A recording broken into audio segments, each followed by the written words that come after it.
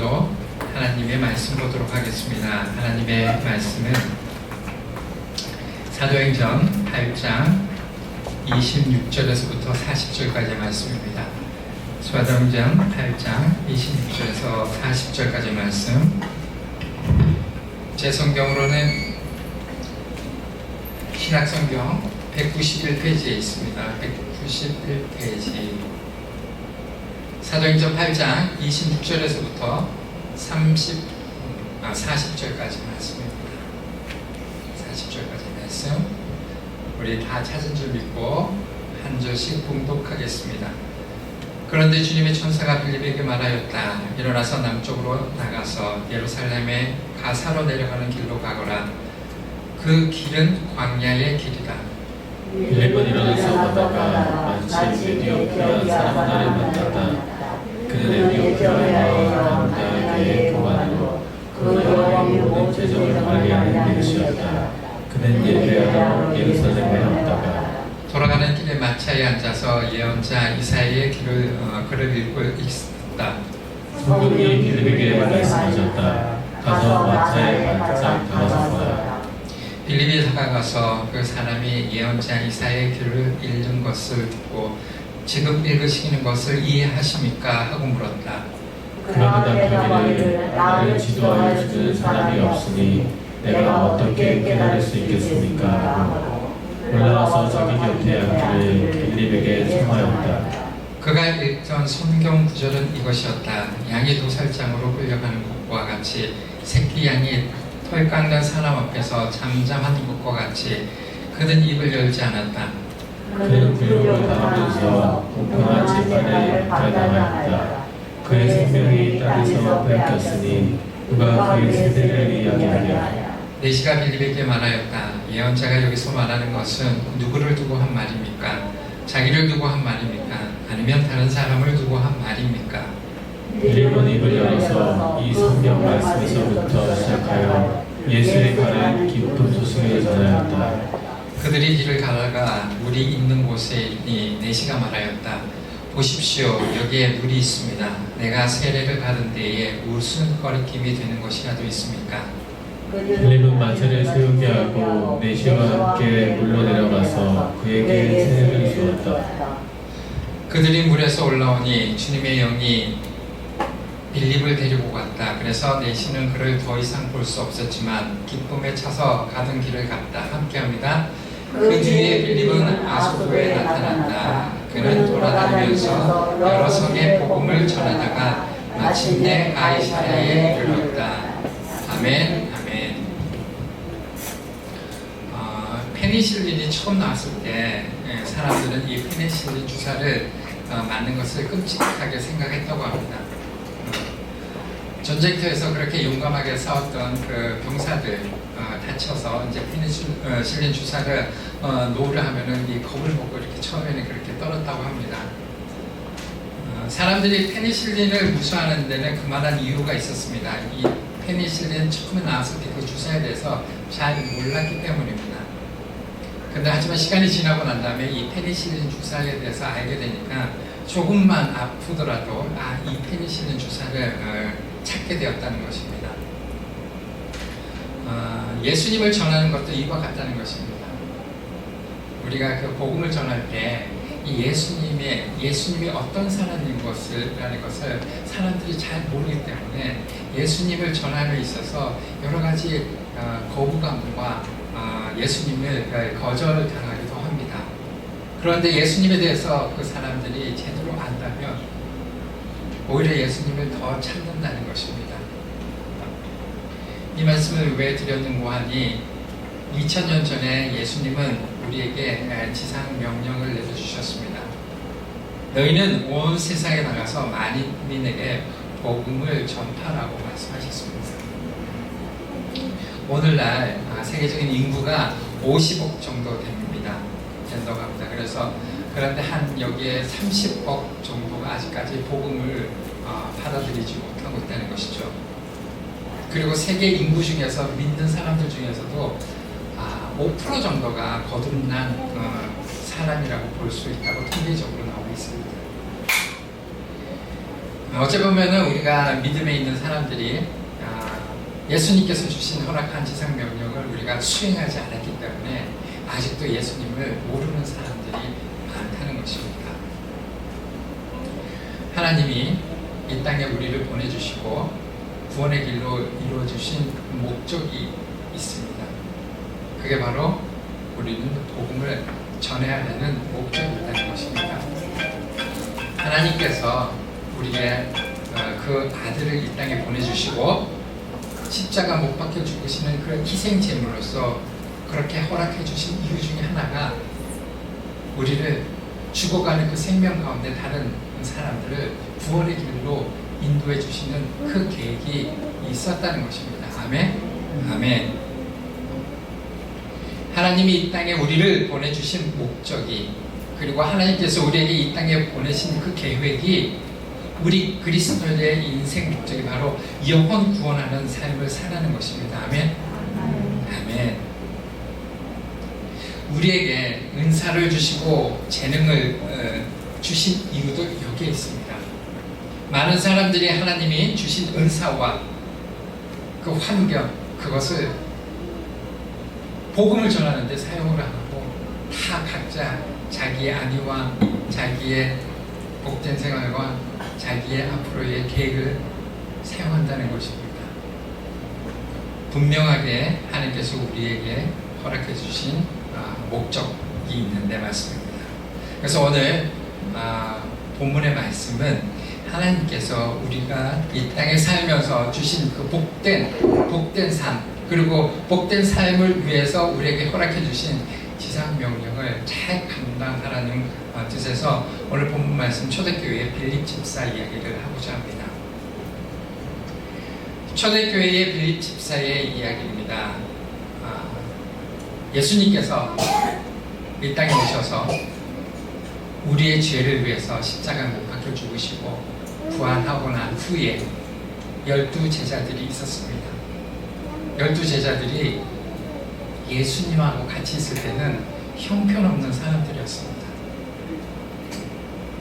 예수님의 제자를 부끄럽게 생각하고 결국 예수님이 십자가 못 박혀 죽으실 때 나는 제자가 아니다, 나는 모르는 사람이다, 이렇게 했던 베드로, 그들이 언제 바뀌었을까요? 예수님이 부활하고 승천하고 난 후에 성령을 구하면서 마가의 다락방에서 성령을 받고 난 다음에 완전히 12제자들은 달라졌습니다.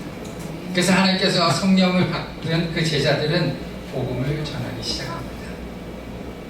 그때 상황은 예수를 믿는 사람은 모든 사람들 옥에 가두고 많은 감사람들을 핍박하게 됐습니다. 그때 대표적인 사람이 바로 사울이었습니다.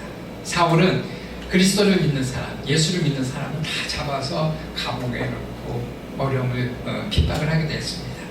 그럼에도 불구하고 그들은 하나님의 영을 받아서 복음을 전해서 많은 사람들이 주님 곁에 나오게 됐습니다. 그래서 예루살렘의 교회가 세워집니다. 자, 이렇게 12제자들이 복음을 전하고 또 교회의 섬긴 일도 같이 하다 보니까 너무 바빠서 안 되겠어요. 그래서 첫 번째로 7 집사를 교회에 세우게 됩니다. 그래서 12제자들은 복음을 전하는 일, 말씀을 전하는 일에 전념을, 기도를 하는데 전념을 하게 되고, 이제 7 집사를 세운 그 집사님들이 교회를 섬기고 구제 활동을 하고 이렇게 되었습니다. 근데 특별히 7 집사를 세운 집사님 중에 우리 말씀을 통해서 사도행전에 보면은 스데반 집사가 있었습니다. 스데반 집사가 교회도 섬기고 구제 활동도 열심히 했는데 복음 전하는 일에 주저하지 않았습니다. 그렇게 어려운 가운데서도 스데반이 복음을 전하다가 돌에 맞아 죽게 됩니다. 돌에 맞아 죽어서 그 시대 그 사건을 통해서 오히려 복음이 놀랍게 이방 지역까지 복음을 전파하는 그런 특별한 계기가 됩니다. 우리로 봐서는 왜 스데반 집사가 복음을 전하다가 그렇게 돌에 맞아 죽었으면 이렇게 하나님의 일이 거기서 끝나는 줄 알았는데, 스데반 집사의 그 죽음을 통해서 예루살렘에서만 복음을 전했는데 이제 이방, 사마리아, 유대 땅끝까지 복음을 전하는 큰 계기가 됩니다. 그럴 때 한 집사가 있습니다. 바로 빌립 집사입니다. 빌립 집사는 스데반 집사의 그 죽음을 통해서 이방 땅에 복음을 전하게 됩니다. 오늘 말씀을 통해서 우리가 알 수 있는 것은 바로 이 전도입니다. 복음을 전하는 것입니다. 그래서 복음을 전하는 것, 전도는 첫 번째 전도는 주님께 순종하는 삶의 태도입니다. 전도는 내가 전도에 대해서 뭐라 그래야 되나 재능이 있고 은사가 있어서 하는 것이 아니라 주님에게 순종하는 삶의 태도가 전도라는 것입니다. 주님께서 우리에게 명령하셨습니다. 복음을 전하라. 땅끝까지 복음을 전하라. 전도는 주님께 순종하는 삶의 태도입니다.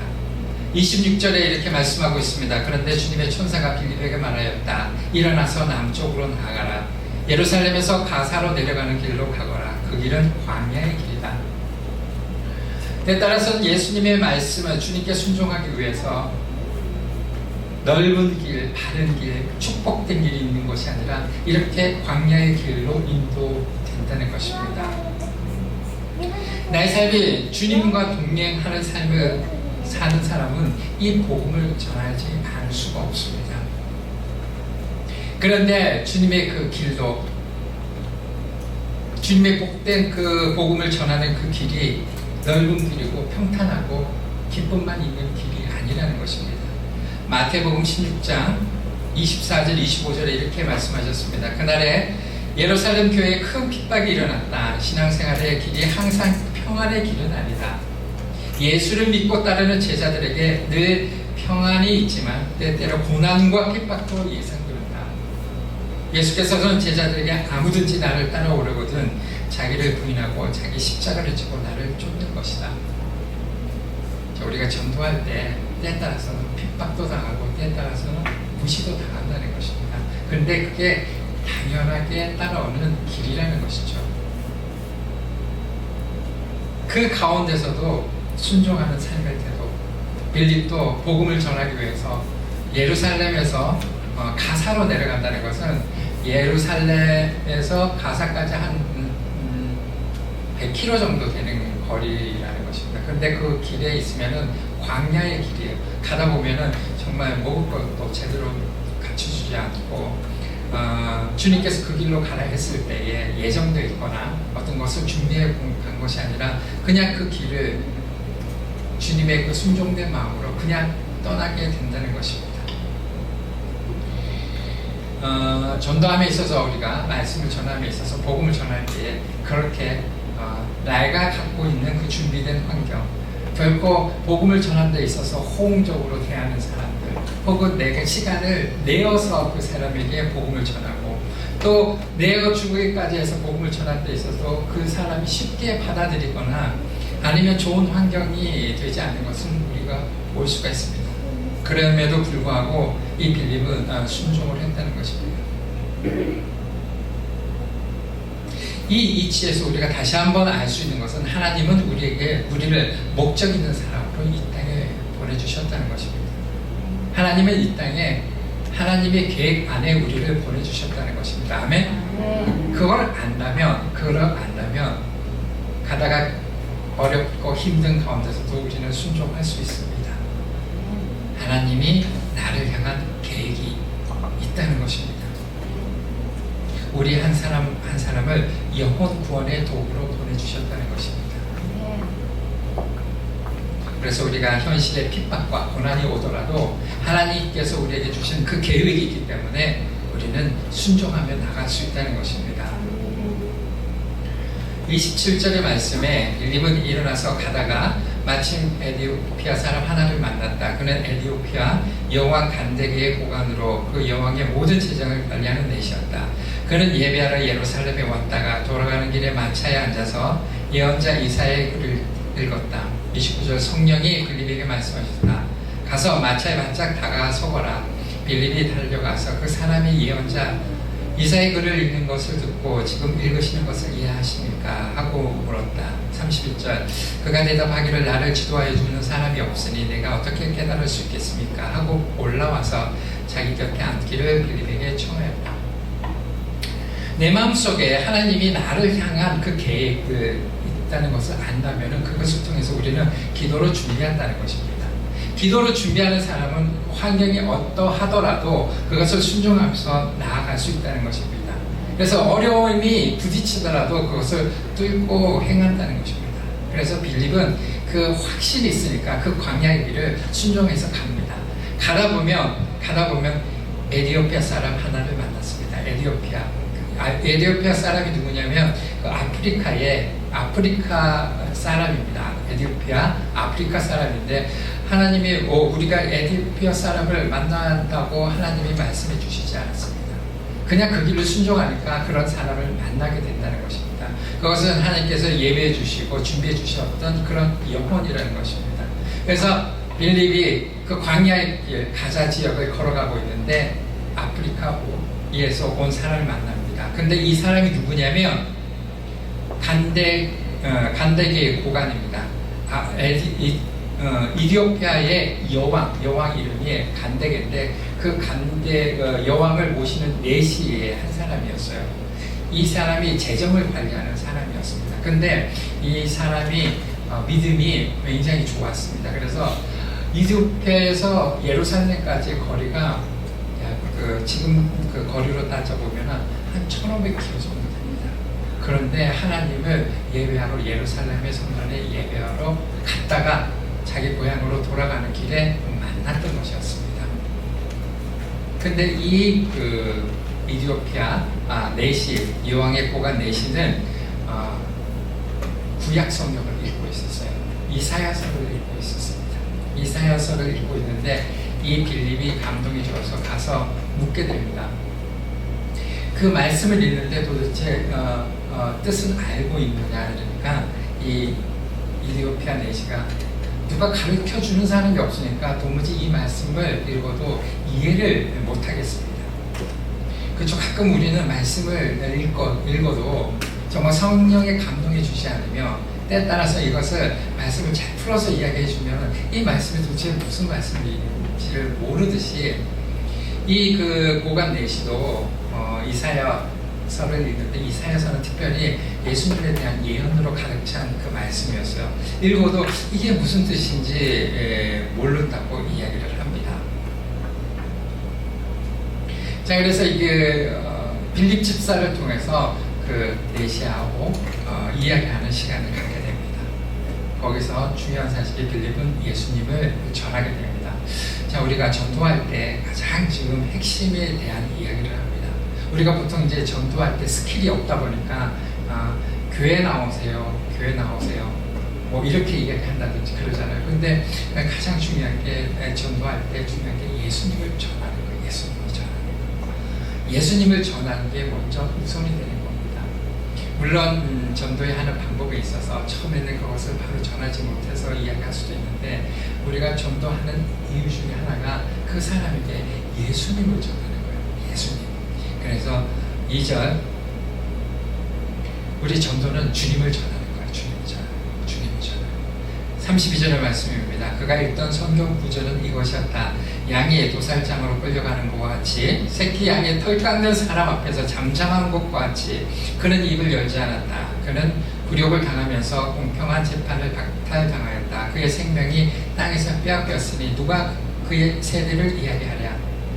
이제 고관 내시가 예언서 이사야서를 쭉 읽는데 이 이야기가 있는 거예요. 양이 도살장으로 끌려가는 것 같이 새끼 양이 털 깎는 사람 앞에서 잠잠한 것 같이 쭉 읽다 보니까 도대체 이 주인공이 누구냐, 이사야서를 쓴 이사야나 도대체 누구인지 물어보는 거예요. 그러자 빌립이 이야기해 줍니다. 이것은 이사야가 아니라 예수님에 관한 이야기입니다 하고 이야기 보따리를 빌립에게 이야기해 줍니다. 우리 성경은 쭉 읽다 보면은 온통 예수님의 이야기입니다. 그래서 구약 성경은 오실 예수님에 대한 것, 신약 성경은 오신 예수님에 대한 이야기로 가득 차 있습니다. 그래서 우리가 전도할 때 다른 여러 가지의 어떤 스킬도 있겠지만 가장 중요한 것이 예수님을 전하는 거예요. 예수님. 그래서 전도의 궁극적인 목적은 예수님을 먼저 그 사람이 알게끔 해주는 거예요. 예수님이 누구신지. 하나님은 우리를 사랑하시며 우리를 위한 놀라운 계획을 갖고 계십니다. 그런데 사람이 죄에 빠져서 하나님으로 떠나 있습니다. 우리가 그 전도 대상자들한테 혹은 그 마음을 갖고 기도한 그 사람들한테 이제 하나님, 예수님을 전합니다. 그래서 전할 때 어떻게? 하나님은 우리를 사랑하시고 우리를 위해 놀라운 계획을 갖고 계십니다. 그런데 사람이 죄에 빠져서 있어서 하나님으로부터 떠나 있었습니다. 그러므로 하나님의 사랑과 계획을 알 수 없고 그것을 체험할 수 없습니다. 죄의 삭은 사망이라고 했습니다. 그래서 하나님과 사람은 분리될 수밖에 없었습니다. 그런데 예수 그리스도만이 사람의 죄를 해결할 수 있는 유일한 길이라는 것입니다.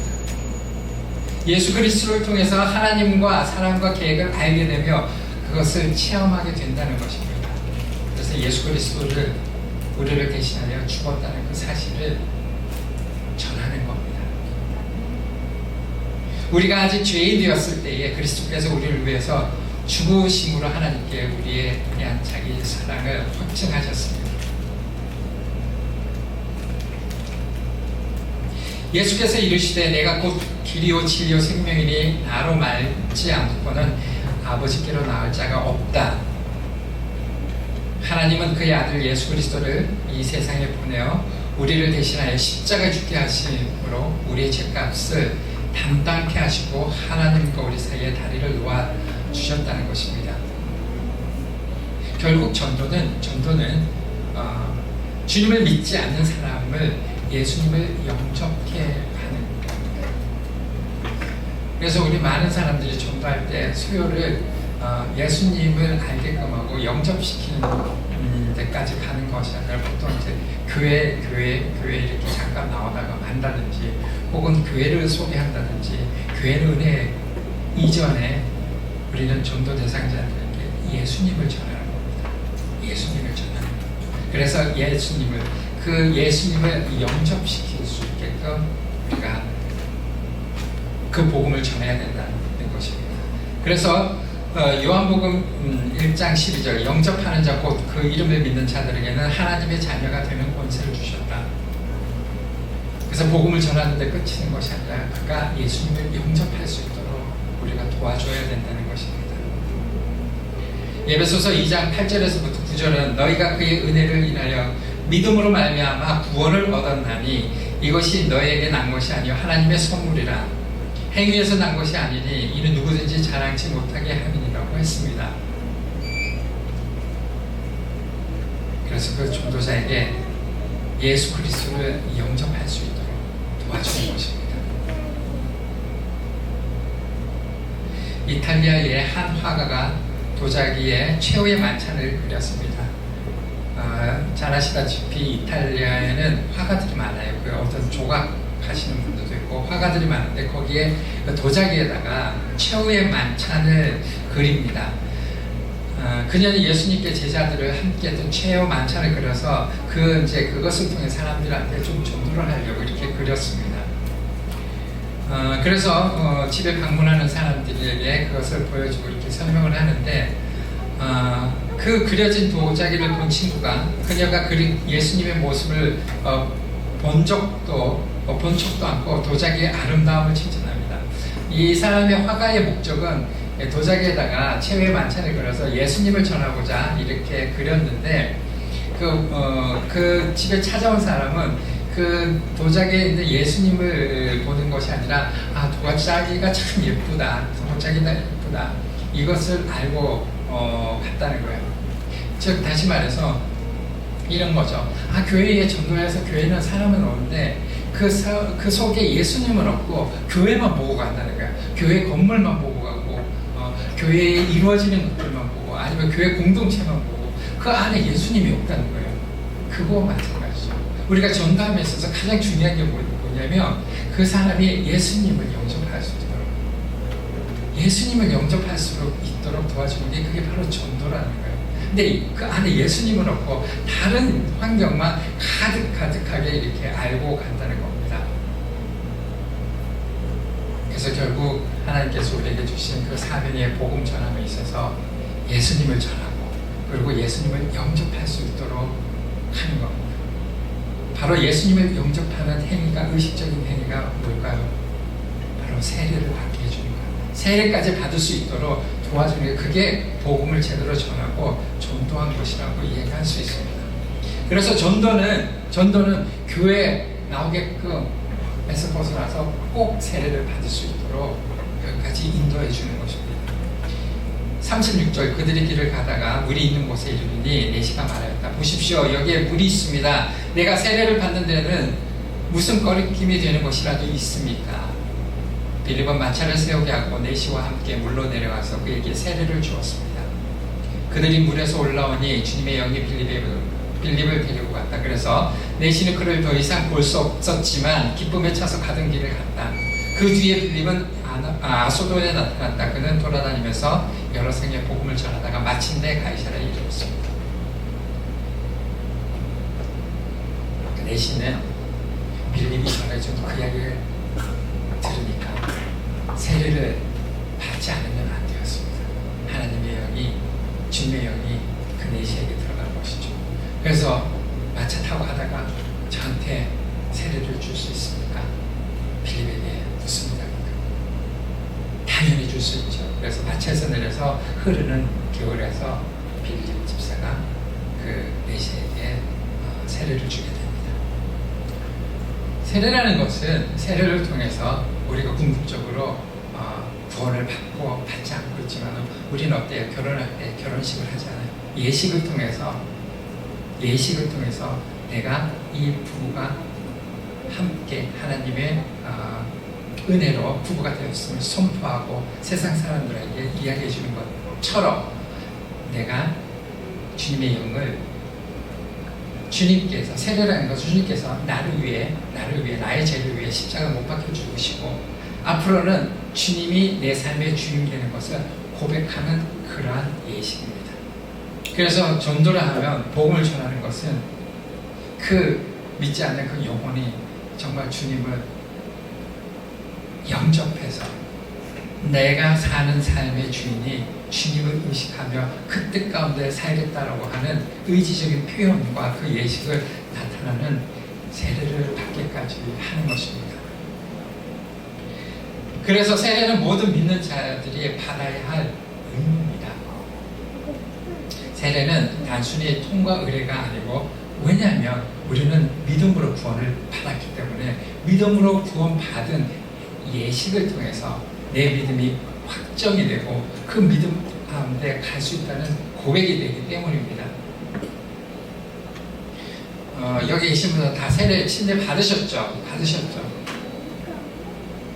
우리가 다시 한번 생각해 볼까요? 옛날에 세례를 받을 때 어땠습니까? 세례는 첫 번째, 그리스도와 함께 우리는 죽었습니다.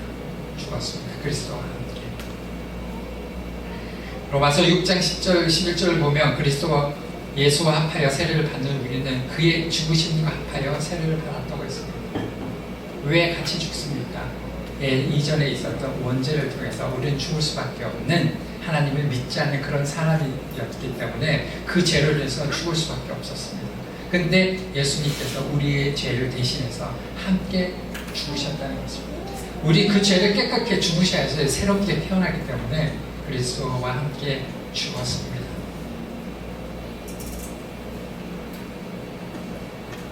죄 사함의 은혜를 받은 것입니다. 우리는 세례를 통해서 죄 사함을 받고 의롭다함을 얻었습니다. 주님께서 십자가에 달려 죽으심은 우리의 죄를 면하기 위해였습니다. 우리의 죄를 대신해서 한꺼번에. 그래서 누군가는 죽어야 됐습니다.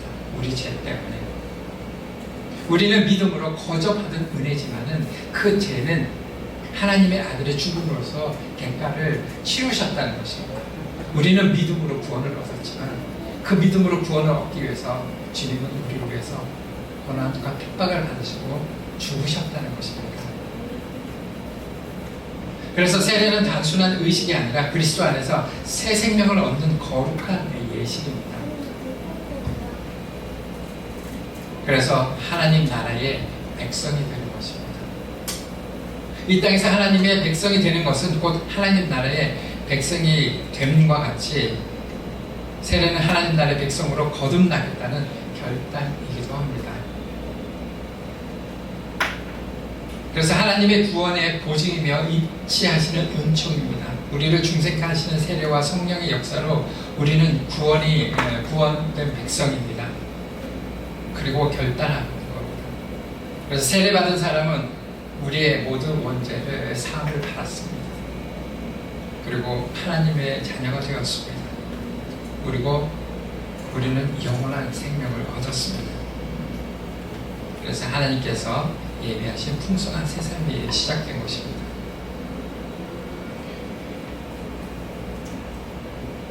그래서 우리가 세례를 받고 하나님의 자녀로 백성으로 산 사람들은 어떻게 살아야 되나? 우리 삶이 날마다 하나님께 기도하는 삶을 사는 것입니다. 하나님 말씀을, 성경을 날마다 읽으며 하나님께 순종하는 삶을 사는 것입니다.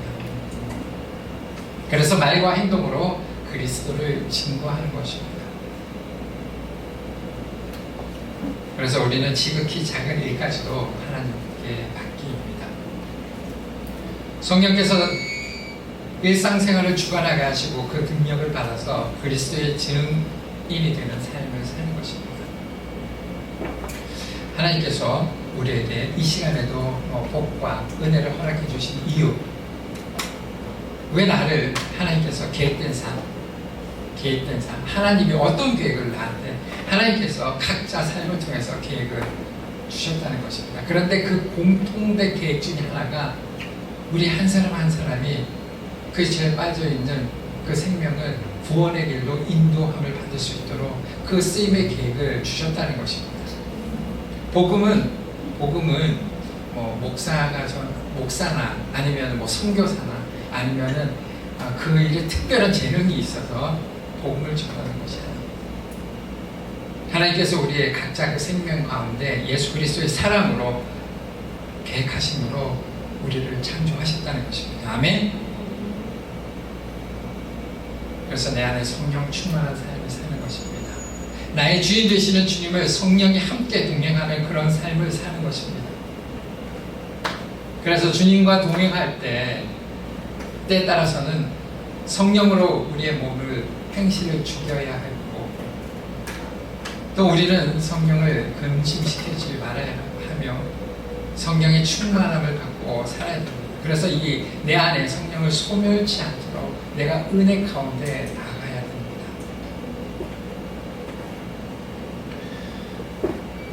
말씀을 정리합니다. 전도란 어둠의 진리의 빛을 비추는 것입니다. 우리가 주변에 있는 사람들한테 사랑과 은혜와 기쁨 여러 가지로 그 사람을 유익하게 할 수 있지만은 최고의 선물은 그를 구원받게 하는 것입니다. 아멘. 아멘. 이 세상에 있으면서 아무리 호화롭게 좋게 우리가 하더라도 그 심령이 구원받지 못한 그런 심령이라면 얼마나 안타깝겠습니까? 전도란 정말 그 죽어가는 그 생명에게 하나님의 은혜로서 구원을 받게 하는 그런 하나님의 최대의 사명을 우리가 감당하는 일이라는 것입니다. 하나님은 이 일을 위해서 나를 부르셨다는 것입니다. 아멘? 아멘? 우리 한 사람 한 사람을 그 죽어가는 그 생명을 구원의 길로 나를 통로로 하나님께서 계획해 주셨다는 것입니다.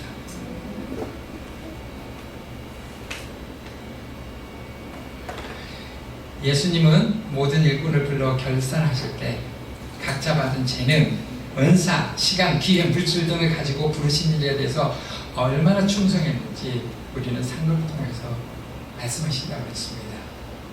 착하고 충성된 종은 달란트를 남긴 자, 열매를 맺는 자, 그리스도를 위해 그리스도를 증언하는 삶을 산 제자들이라고 말씀하셨습니다. 정말 나에게 주신, 하나님께 주신 그 은사, 재능, 그런 모든 것들이 우리가 그 구원의 길로 인도해 주시는 복음을 전하는데 사용해야 된다는 것입니다. 아멘? 아멘. 어떤 사람은 그래, 도대체 주변에 그런 사람을 볼 수가 없다고, 때에 따라서는 우리가 마켓에 가서 거기 일하는 사람도 있을 테고 주변에 얼마든지 하나님을 믿지 않는 사람이 많이 있습니다. 하나님께서 우리에게 그 은혜를 허락해 주셨는데 그 은혜를 도저히 변하지 않으면 안 된다는 것입니다. 진짜 우리가 갖고 있는 그 모든 것들을 주께 의탁하며 주님의 그 사명, 마태복음 28장 19절 20절에 있습니다. 그러므로 너희는 가서 모든 민족을 제자로 삼아서 아버지와 아들과 성령의 이름으로 세례를 주고 내가 너희에게 명령한 모든 것을 그들에게 가르쳐 지키게 하여라. 보아라, 내가 세상 끝날까지 항상 너희와 함께 있을 것이다.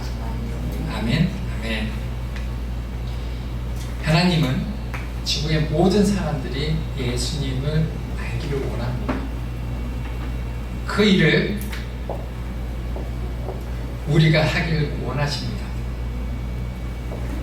선교사나 목사님만 하는 것이 아닙니다. 만약 크리스천이라면 이 사명을 우리에게, 나에게 주신 것이라는 것입니다. 이것이 하나님의 계획입니다. 하나님이 이 땅에서 우리를 구원하시고 부르신 그 목적, 하나님의 목적은 우리 한 사람 한 사람을 구원의 전도자로 사용하시려고 하셨다는 것입니다. 하나님이 우리에게 허락하신 인생의 목적을 다시 한번 알기를 소원합니다.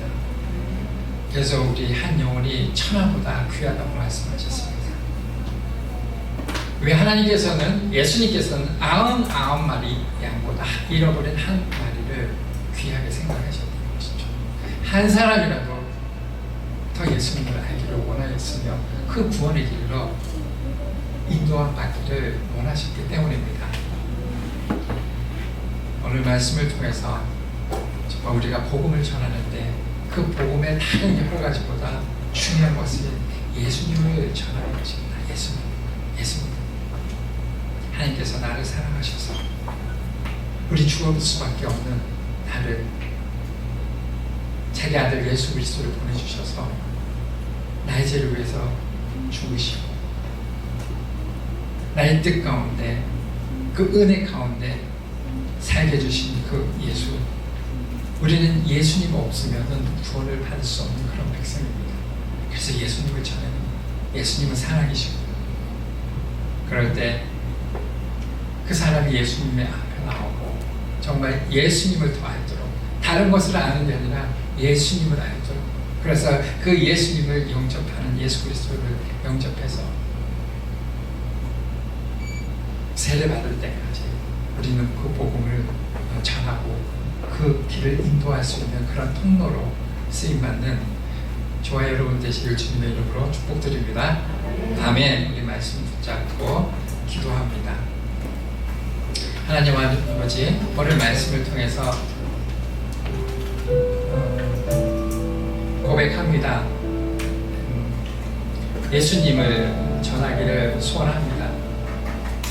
우리가 가지고 있는 것들, 우리가 소망하는 것들은 물론 부족하고 어렵지만 하나님 말씀에 순종하고 하나님 내 말씀을 우리가 함께 함으로써 정말 복음을 담대하게 전할 수 있는 하나님의 자녀가 될 수 있도록 인도하여 주시옵소서. 예수님을 증거하고 내 삶 속에 예수님을 통해서 하나님을 알게 하기로 하고 주님이 우리에게 주신 그 사명을 잘 감당하는 귀한 하나님의 자녀가 될 수 있도록 함께하여 주시옵소서. 우리가 이토록 이렇게 영혼 구원을 통해서 기쁨을 받았는데 이것을 혼자 나의 것으로 갖고 있는 것이 아니라 저 죽어가는 생명 가운데 하나님이 주신 사명을 감당하는 그런 귀한 하나님의 자녀가 될 수 있도록 인도하여 주시옵소서. 오늘도 호흡하시고 우리에게 생명 주신 하나님께서 오늘도 우리를 향하여 사랑을 해주시며 인도해 주시는데 저 혹여나 내 마음 속에만 갖고 있고 혹시 내 것으로만 잊고 있지는 않으죠. 담대하게 하나님의 복음을 전할 수 있는 자가 될 수 있도록 인도해 주시며 그 길이 환난과 핍박이 오더라도 주님의 은혜를 구하며 그 그것을 하나님의 은혜 가치로 나갈 수 있도록 인도하여 주시옵소서. 우리 삶이 예수 그리스도의 향기가 나고 예수 그리스도의 닮은 삶을 통해서 예수님을 증거하는 그런 삶을 살 수 있도록 주님께서 축복하여 주시옵소서. 그 믿음으로 나가는 저희가 될 수 있도록 인도해 주시고, 그것을 통해서 우리가 기뻐하며 하나님의 귀한 자녀가 될 수 있도록 함께하여 주시옵소서. 감사를 드리며 우리를 구원해 주신 예수 그리스도의 이름으로 기도드립니다. 아멘.